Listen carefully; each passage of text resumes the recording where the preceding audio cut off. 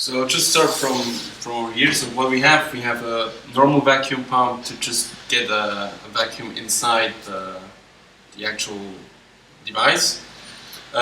We have here, this is kind of a CRT tube like that one to expose film, so you can actually take a picture because you can't just take a video of it at that time. We have a high voltage power unit that accelerates the electrons and gives the high voltage needed for the tubes here as well as for the electron microscope. You have a normal small power supply over there as well as underneath here that just gives the power for all of it. In here you basically have the electronics that creates the pattern so that the beam scans through over the sample, and then you have all the electronics that basically gets the output data, amplifies it, processes it, and shows it on the screen. You have of course screen, and over there basically is the microscope itself, which on the top has an electron source. They then get accelerated, and on the bottom you have basically the sample chamber. And there, I don't know if you can open it. It should be. Basically, you have the sample on there, and just get the electrons hitting those samples at a very precise spot, and you measure how many electrons, basically secondary electrons, are created. Then you just amplify that signal and show it on the screen. What's broken right now is actually very in the beginning. It's on this PCB over there, and it's actually the supply, the power supply. There is a 28 voltage line that is basically at 0 voltage because the voltage regulator going in there is broken. The reason why it's broken we don't know, but it's not working right now. Okay, so we're gonna take that small chip. It's one device that is broken. We can just unsolder it and put a new one on the PCB, and then everything else should continue working. We had a similar problem on the same PCB just before, so it could be a side effect of that one of the capacitors died basically of old age, made a short circuit and started burning a resistor. So we already replaced all those capacitors and the burnt resistor. And now we are slowly getting through all the errors, and in the end, if you remove all the bugs, you get a working system. So basically, if you look at the front line, you have the corresponding thing right behind it. So here, for example, you have an angle and it's written scan rotation.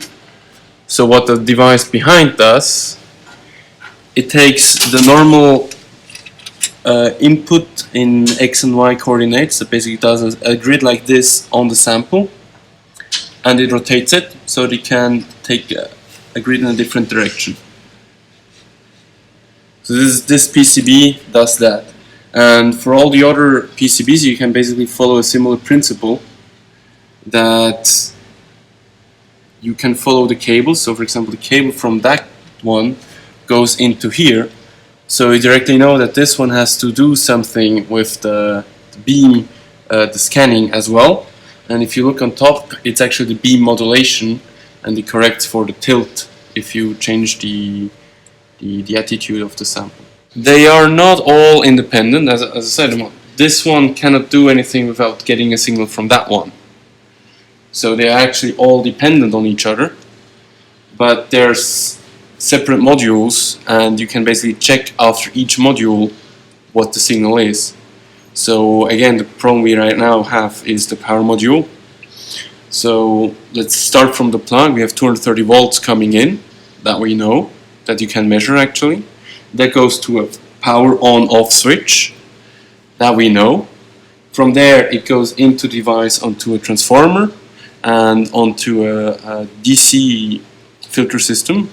That all works, that you can measure. And from there it goes onto a power regulation PCB, and there suddenly you have 0 volts on one of the many lines. And there you know, okay, there's a problem. because things stop working, and then you know that something is broken between the last point you have everything as you expected and the point where you no longer have it as you wanted. And that way you can basically reduce the position of something not working.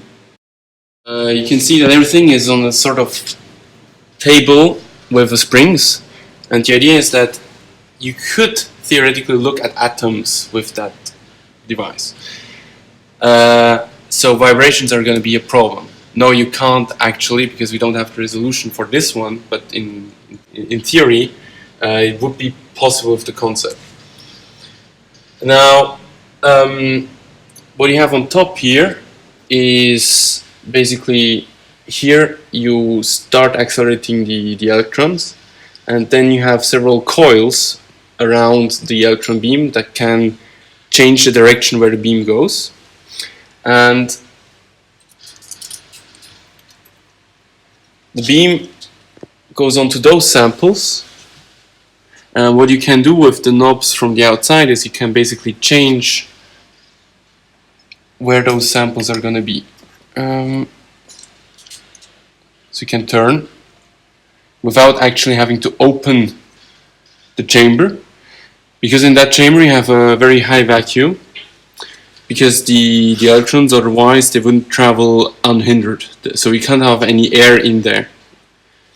That's also why you have all the pumps and everything. You basically have a turbo vacuum pump underneath that is able to create a very high vacuum, but you cannot let that run without already having an almost already quite a good vacuum. So you need a normal vacuum pump to create this pre-vacuum.